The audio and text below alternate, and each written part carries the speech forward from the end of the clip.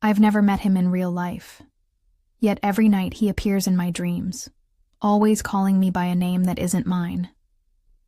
I've never met him in real life, yet every night he appears in my dreams, always calling me by a name that isn't mine.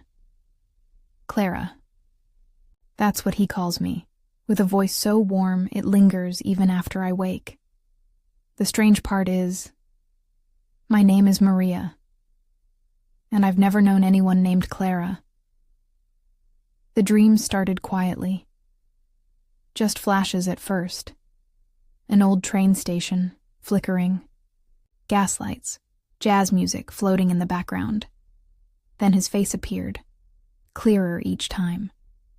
Dark hair swept back, a soft smile beneath a vintage coat.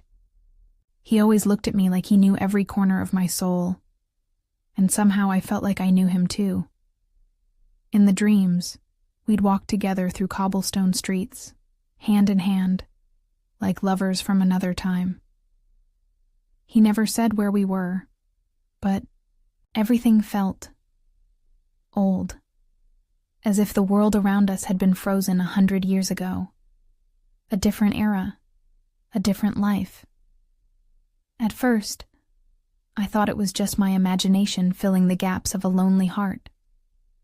But the dreams didn't stop. They became more vivid, more detailed, like memories rather than fantasy. And always, he would whisper that name. Clara. It haunted me. Why did this stranger feel so familiar? Why did my heart ache when I woke up without him? I didn't know it yet, but everything was about to change.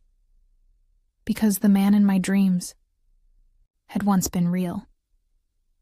By day, Maria lived a quiet life among forgotten things. Dusty portraits, handwritten letters, faded fabrics sealed behind glass. She was 29, soft-spoken, and always carried a notebook in her bag, just in case she stumbled upon something worth remembering. She worked at the Boston Museum of History, tucked away in a grand ivy-covered building just off Beacon Street. Her title was assistant curator, but to her, the museum was more than a job. It was a refuge. Maria had always loved the past. There was something comforting about it, something solid, unchanging. In a world that moved too fast, she found peace in the delicate curve of a Victorian brooch or the smell of old paper in a 19th century diary. Some might call her old-fashioned, but she didn't mind. She preferred silence over small talk, letters over texts, and rainy afternoons spent with books over loud social scenes. People rarely asked about her personal life, and she rarely offered. A few years ago, she had loved someone deeply, someone who promised forever, but left when things got hard. Since then, she had built walls. Not out of bitterness, but out of quiet protection. The kind of hurt that teaches you how to be careful with your heart. Her colleagues admired her for her dedication, but they never truly knew her. No one did, really, except maybe the man from her dreams. Each night, he returned, his voice calm, his eyes warm with recognition. And each morning, Maria would wake with a strange mixture of longing and confusion. She began keeping a journal. Beside her bed, scribbling down every detail before the images faded. We were walking by the harbor again. He held my hand. He called me Clara. She didn't know what it meant, but the dreams were too vivid, too detailed to dismiss. She could smell the sea air, feel the chill of winter on her skin, hear the click of his shoes on the pavement. It wasn't just fantasy anymore. It felt like something deeper, like her soul was remembering something her mind had forgotten. Her fascination with history only intensified. She started spending more time in the museum's archives, combing through old letters, maps, and photographs from the early 1900s. Not because she expected to find him, of course not, That would be insane. But still, part of her hoped. Some nights, she couldn't sleep at all. She'd lie awake, staring at the ceiling, wondering who he was. Why did he call her Clara? Why did her heart feel like it was breaking over someone she'd never met? One evening, after a long shift cataloging a new collection of antique portraits, Maria stood alone in the gallery, looking at the past through glass. Oil-painted eyes stared back at her from 100 years ago, and that's when she whispered to herself for the first time, what if he was real? She didn't know it then, but the question had already set everything in motion. The line between dream and memory was beginning to blur. The dreams were changing. They were no longer fleeting moments stitched together by imagination. They were detailed, immersive, like time itself had pulled her into another life. In each dream, Maria wore long silk dresses that brushed against polished wooden floors. Soft jazz music drifted through the air from gramophones playing in smoky lounges. She rode in sleek black automobiles with brass headlights and walked under gas lamps casting golden halos on cobblestone streets. Everything was from another era. The man was always there, waiting for her. Dressed in a tailored three-piece suit, a watch chain glinting at his vest. He'd offer her his hand like a gentleman from a forgotten century, and smile like they'd done this 1,000 times before. And still, he called her Clara. What disturbed Maria most wasn't the vividness of the dreams. It was the creeping realization that some of the details in them actually existed. One morning, while walking to the museum, she passed a side street and stopped in her tracks. Her heart skipped. The street was exactly like the one in last night's dream, right down to the red brick building with green shutters and the wrought iron street lamp. It couldn't be a coincidence. Was her subconscious just mixing reality with imagination? Or was something stranger happening? She told herself it was nothing, but the feeling lingered, an itch beneath the surface of reason. Then came the photo. It was a rainy Thursday when she was assigned to organize a box of unarchived materials recently donated by a local historical society. Old letters, brittle maps, ticket stubs, faded photographs. She sat in the back room of the archives, the quiet hum of the fluorescent lights above her, and carefully sifted through the collection. And that's when she saw it. A black and white photograph, dated April 1920. 5 people standing on the steps of a grand estate. 4 of them were strangers, but the man in the center, Maria's breath caught. Her fingers trembled. It was him. The same eyes. The same sharp jawline and slight curve in his smile. His hair was combed back, just like in her dreams. He wore a long coat, gloved hands folded in front of him. He looked as though he'd just stepped out of her subconscious and into history. She stared at the photo, her mind whirling. How could this be possible? She turned it over.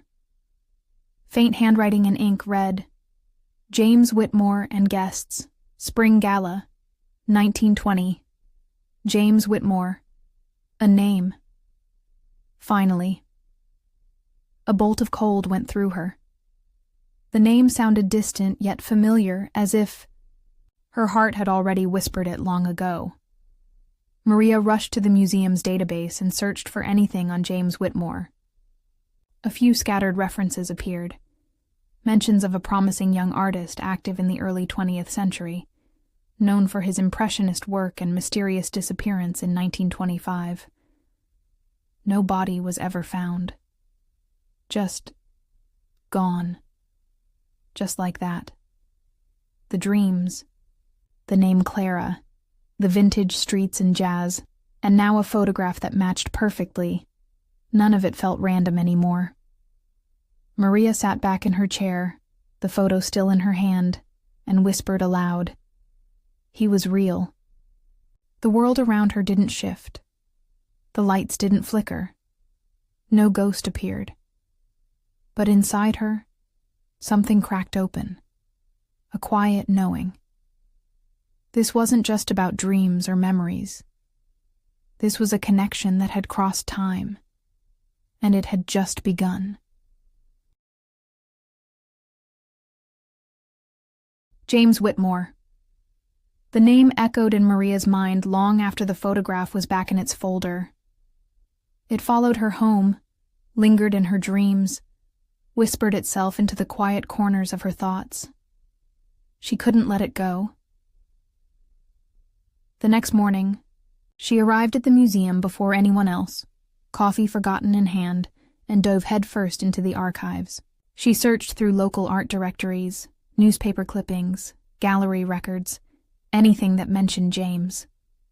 He'd been an artist, a talented one, known in his time for capturing emotion with haunting beauty. His early works had shown promise. Portraits, landscapes, scenes of urban life in Boston's early 20th century. But then, in 1925, his name disappeared from public view. No obituary, no explanation. Just silence. Maria's hands moved faster. She needed more. A few days later, her persistence paid off. Hidden deep in a donation box of unsorted estate papers, she found a journal. Its leather cover was cracked with age, pages yellowed and delicate. Inside, in faded ink, were sketches, quick strokes of charcoal and pencil. The first few were of city streets and buildings, but then came the portraits, one after another. The same face. Her face, but not as Maria, as Clara. She stared at the drawings, heart pounding. In one, Clara sat in a garden, wearing a lace-trimmed dress and holding a book. In another, she gazed out a window, her features soft and distant. Every sketch was intimate, like the artist had memorized every detail of her soul. And then came the entries. Scrawled beside one of the portraits were James's words. She sees the world with a kind of sorrow I can't explain.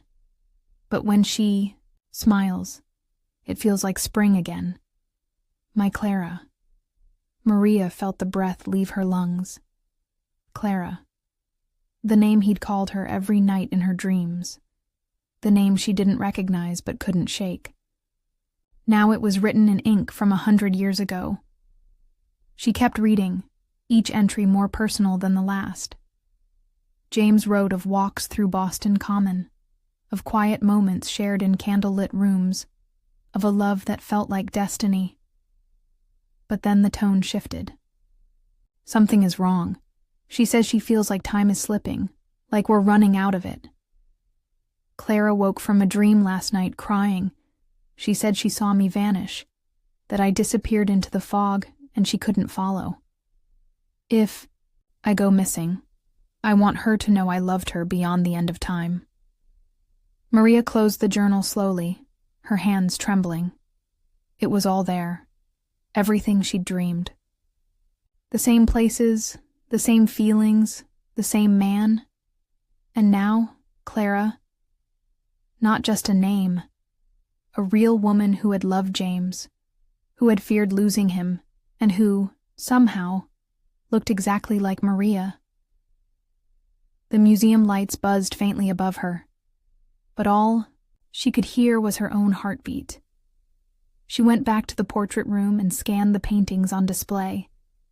Then, in one of the older pieces hanging near the far corner, she froze. It was a painting of a ballroom. Soft light spilled from chandeliers. Couples danced in mid-motion, captured like memories frozen in oil. In the center of it all stood a man and a woman, and the woman was Clara. No, she was Maria. Same eyes, same profile, same quiet expression she saw in the mirror every day. The painting was dated 1924. The signature at the bottom, J. Whitmore. A chill ran down her spine. This was no coincidence. The dreams, the sketches, the poetry, the painting, it all pointed to one impossible truth. She wasn't just dreaming of the past. The past was dreaming of her. The pieces had been circling her like fireflies in the dark. James, Clara, the dreams, the drawings. Now they began to settle, not into logic, but into something deeper, something older than reason. Maria couldn't explain it in words. Not to herself, not to anyone. But in the quiet corners of her heart, she began to understand. She wasn't just remembering Clara's story. She was Clara, or at least a part of her. Maybe it was reincarnation. Maybe a soul reborn. Or maybe Clara's longing had echoed so powerfully through time that it had found Maria, a vessel open enough to remember. Whatever it was, the connection was undeniable. When Maria stood in front of James's paintings, she wasn't just looking at art. She was recognizing moments she had lived. She could hear the distant clinking of glasses from that ballroom, smell the gardenias she wore in her hair, feel the ache of saying goodbye. And then one night, she had the dream. It was different from the others, crisper, sharper, as if time itself had opened a doorway instead of merely teasing her through memory. James stood beneath a lamppost in a swirling mist. The sky was violet with twilight, and the air carried the scent of sea salt and something older, like rain on parchment. Maria knew this place. It was the harbor from a dream long ago, and from a painting in the museum. James took her hand, gently, his thumb brushing over her knuckles like he'd done 1,000 times before. "You remember now?" he said softly. "Don't you?" Maria nodded, her voice caught in her throat. "I waited," he whispered, "like I promised." He looked just as she remembered, timeless, beautiful, heartbreakingly real. And yet, a sadness lingered in his eyes. "This is where you left," she said quietly. "Where I said goodbye." James gave a sad smile. "You didn't want to, but time didn't give us a choice." Tears welled in her eyes. "Will I lose you again?" "No," he said. "Not forever. We find each other. Always." As the mist swirled around them, James leaned in close, his lips brushing her forehead. "I'll be waiting, Clara," he murmured, "in whatever life comes next." And just like that, she woke up. But this time, the ache didn't fade. The dream had left a weight in her chest, like a goodbye she hadn't been ready for. As she sat in bed, wiping away tears, she glanced toward her nightstand and saw something she hadn't noticed before. A book, not one she remembered bringing home. An old hardcover, its title embossed in gold. Letters Between Time. Hands trembling, she opened it. Inside, tucked neatly between the pages, was an envelope, yellowed, unsealed, addressed simply, "To Clara, if you ever find me again."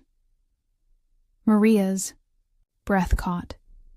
She unfolded the letter. "My dearest Clara, I do not know what waits for me beyond this life.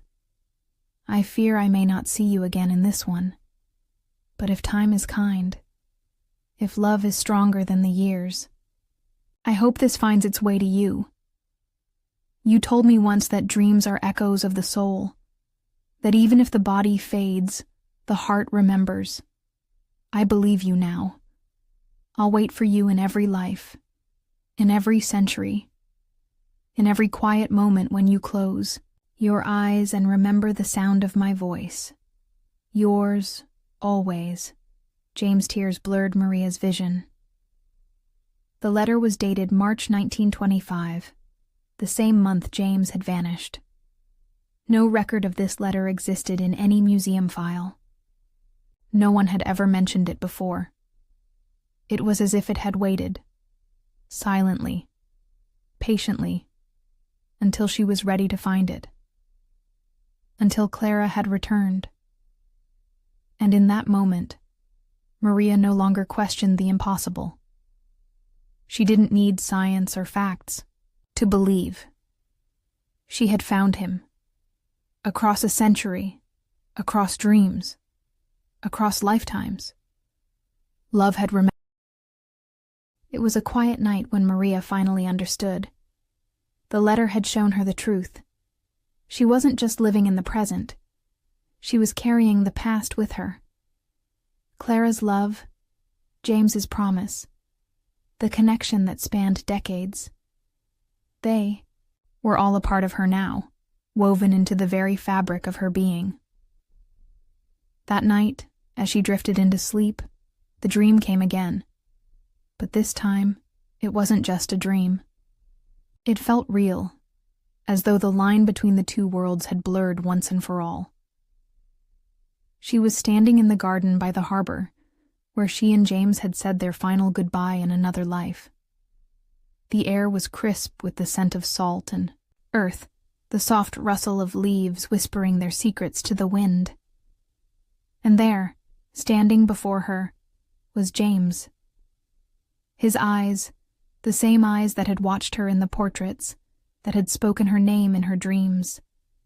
He reached out, his hand warm and familiar, and she stepped into his embrace. For a moment there were no words, just the feeling of his arms around her, of being exactly where she belonged. The ache in her heart eased as she buried her face in his chest, breathing in the memory of their love. "James," she whispered, her voice breaking. "I don't want to let you go." He pulled back slightly, his hand cradling her face. His thumb brushed away a tear, and he smiled gently, a smile full of love and sorrow. "You've never had to let me go, Clara," he said softly, his voice like the wind in the trees. "You've always carried me with you, and you always will."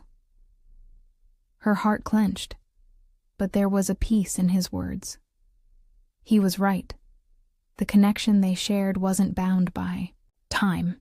It lived in her, the love, the memories, the promise he had made. She would carry it, always. But then his expression shifted. There was a heaviness in his eyes, a knowing that spoke of endings and beginnings.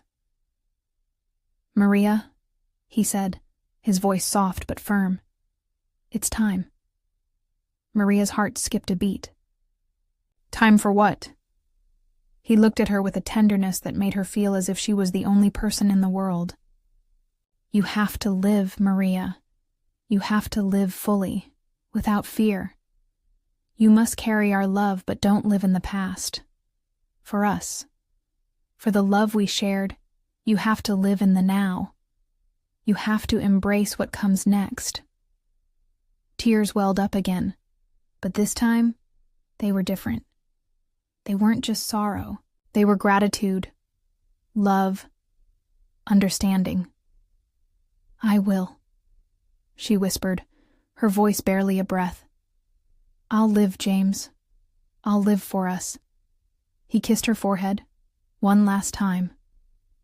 "Goodbye, my love. I'll always be with you." And then, as if he had never been there at all, he faded into the mist, slowly, gently, until he was gone. But Maria didn't feel empty. She felt whole. The love they had shared wasn't gone. It had never really left. It had simply transformed, becoming a part of who she was, something she would carry, like a light, always shining in the darkest of days. With a final breath, she woke up, feeling the weight of the dream, but also a sense of peace she hadn't known before. And as the morning sun rose, casting a golden glow over the city, Maria stepped into the day with a heart full of love. The love of a lifetime, 2 lifetimes, that would never end. Months had passed since that night. The dream, the letter, the final goodbye. Maria had returned to her life, but it wasn't the same. She felt lighter, more at peace. The weight of James's love still lingered in her heart, but now it was a part of her, a quiet, constant presence. He had taught her how to live, how to love without fear, and how to let go of the past. She had taken a step forward, creating something beautiful from the love they had shared. Maria had curated a new exhibition at the museum, one that would immortalize James and Clara's love in a way that no one had ever done before. The exhibit was called The Portrait in the Dream. It was a tribute to James Whitmore, the artist, whose paintings had captured Clara's soul, and to Clara herself, the woman who had lived in the dreams of Maria for so long. The walls were adorned with James's portraits, his intimate, tender depictions of Clara, as well as the landscapes he had painted during their time together. The centerpiece was a large portrait, an oil painting of Clara, her eyes soft and full of longing. It was a piece that Maria had discovered in the attic of the museum, tucked away and forgotten. But to Maria, it was more than just a painting. It was the soul of Clara and of her own heart, captured forever on canvas. The night of the exhibition, opening, the museum was filled with people, their faces bathed in soft light as they admired the art.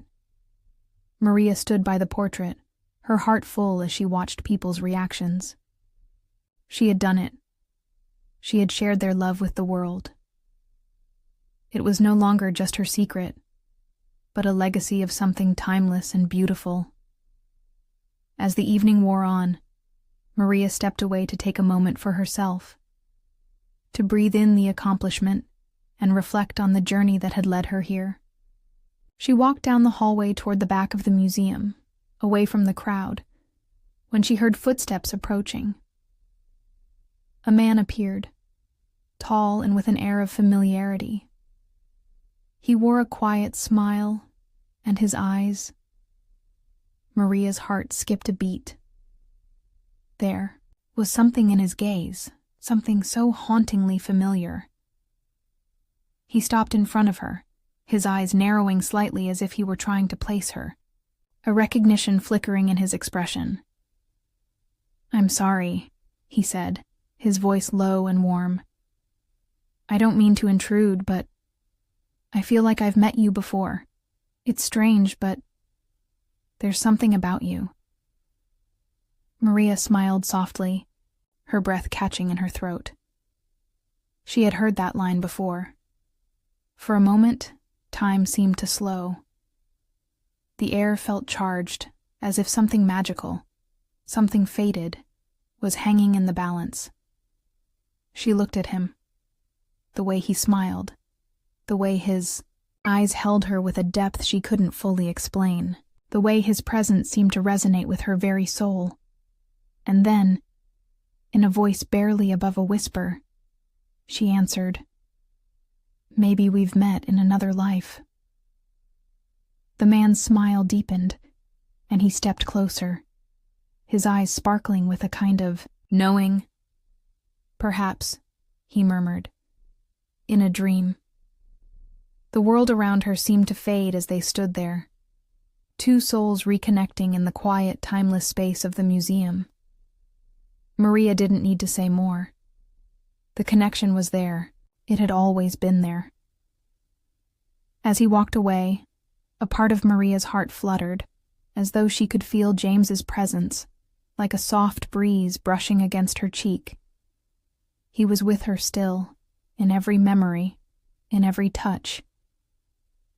The moment lingered, a quiet echo of love that had transcended time.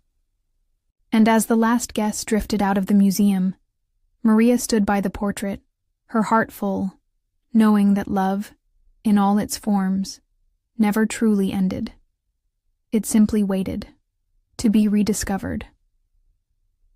In The Man in My Dreams Lived 100 Years Ago, we explore the timeless power of love that transcends time, space, and even lifetimes.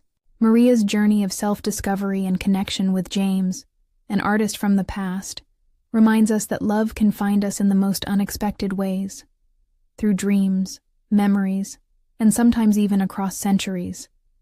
The story is a testament to the fact that love doesn't fade with time, but rather lives on in our hearts, waiting to be rediscovered, reborn, and relived. Have you ever felt a deep connection with someone you couldn't explain? Do you believe in the idea of soulmates, or love that transcends time? How would you react if you realized you were part of a love story that spanned centuries? If you were moved by Maria and James's story and want to hear more tales of timeless love and fate, make sure to subscribe to our channel. Don't miss out on the next emotional journey we'll take together.